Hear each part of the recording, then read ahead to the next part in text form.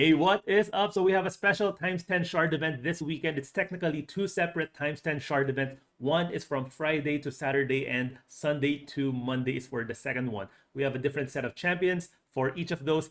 And as always with these times 10 events, it's usually best if you're a free-to-play player to save your shards. Don't pull them during a times 10 event. These are more for the veteran players or the big spenders in this game. If you're free-to-play, save your shards for a times 2 event or for one of those guaranteed champion events. So we were expecting, or at least I was expecting, a guaranteed champion event this week for Sacred Shards, which is why I did not pull every single one of my Sacred Shards during the last times 2.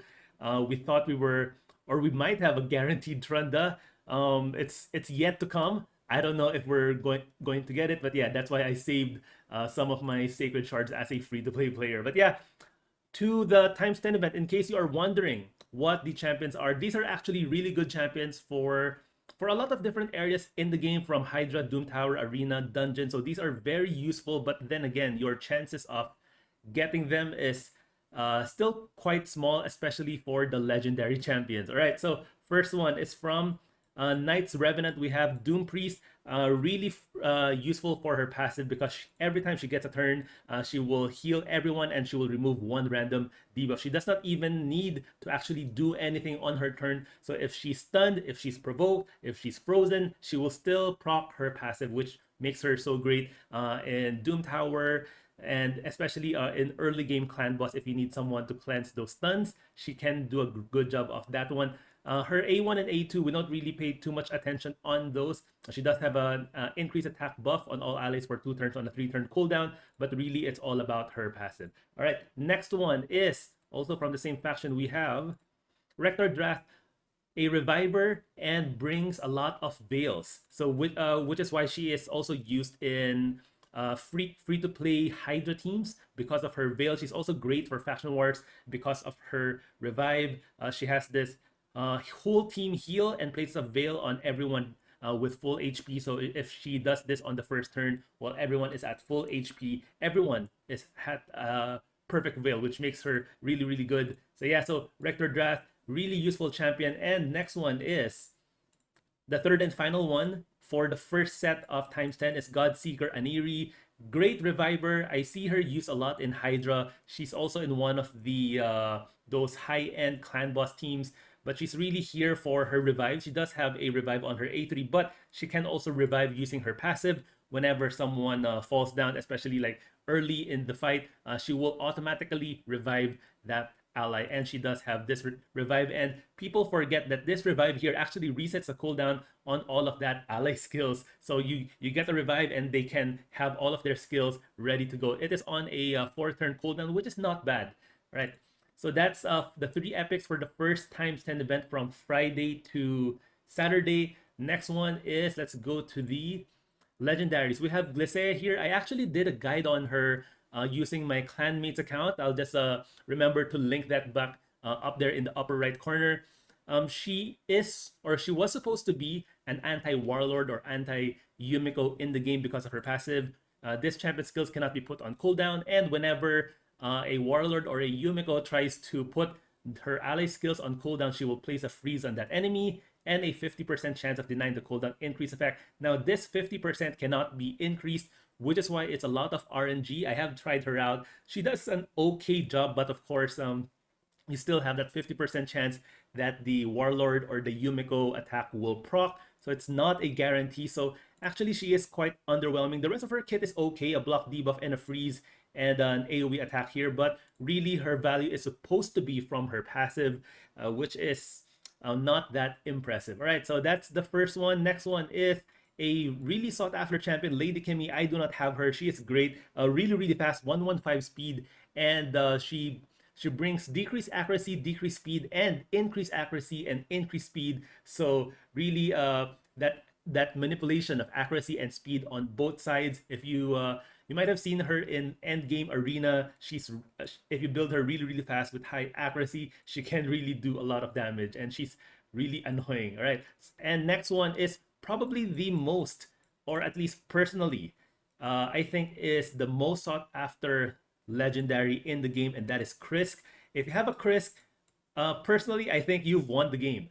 So very useful in endgame Hydra, can also be used in clan boss, can be used in dungeons, can be used in Doom Tower, Arena, everywhere in the game. So yeah, Chris, Void Legendary makes him very difficult to get, has an AoE decreased speed on his A1, has ally protection and heals on his A2, and a provoke and increased defense and increased speed on his A3. These are all AoE. So this is also at the start of each round, places shield on all allies for 2 turns, equal to this 50% of this champion's max HP. So each one of his skills, usually a champion would have one, two skills that are kind of overpowered. This guy, I think all four of his skills are overpowered. So he's crazy. He does have very low speed to sort of, counteract that, but still, even with a very low speed, he is all four of his skills is just crazy. So yeah, I would love to get myself on a Chris,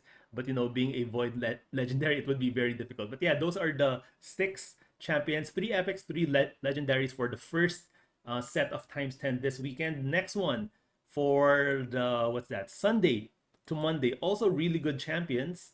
First one is Stagnite.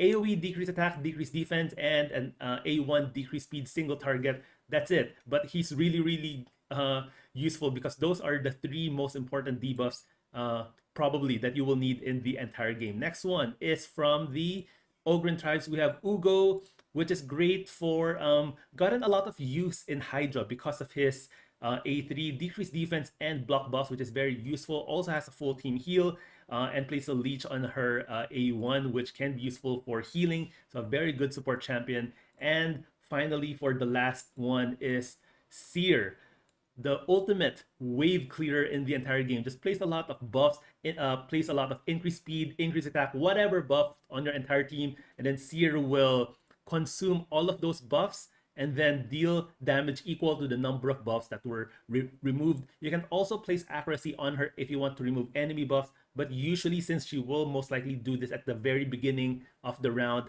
you will depend on the buffs that you place on your own team. But yeah, you'll see her in a lot of those end game Doom Tower teams to just really clear the waves a lot quicker. I finally pulled her, I think, a few months ago, which really, really helped me shorten or reduce the times of my Doom Tower runs. All right, so those are the 3 epics, and let's go to the legendaries. Is Lysandra really good before in the early days of raid as sort of another speed booster other than Arbiter. She will also reduce the turn meter of the enemy as well as increasing your own turn meter. Recently, in the next few updates, she has reduced her value a little bit, but she's still very useful. I think her most useful area in right now is for Astranis the Dark Fae because of her turn meter reduction. So yeah, I do have her, and she is quite fun to use, especially for those Dark Fae boss runs.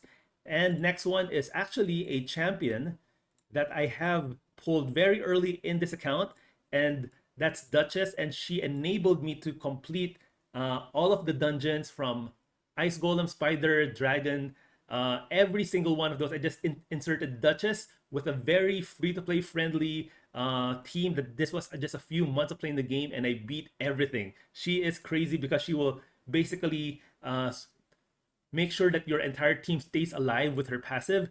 She will make sure that she revives anyone that falls down. She will place block debuff and perfect veil on everyone, which of course mitigates more damage and places shield on her A1. So I think she is the ultimate support champion in this game. I managed to pull her very early, which is very lucky. It really made me progress a lot quicker in this account.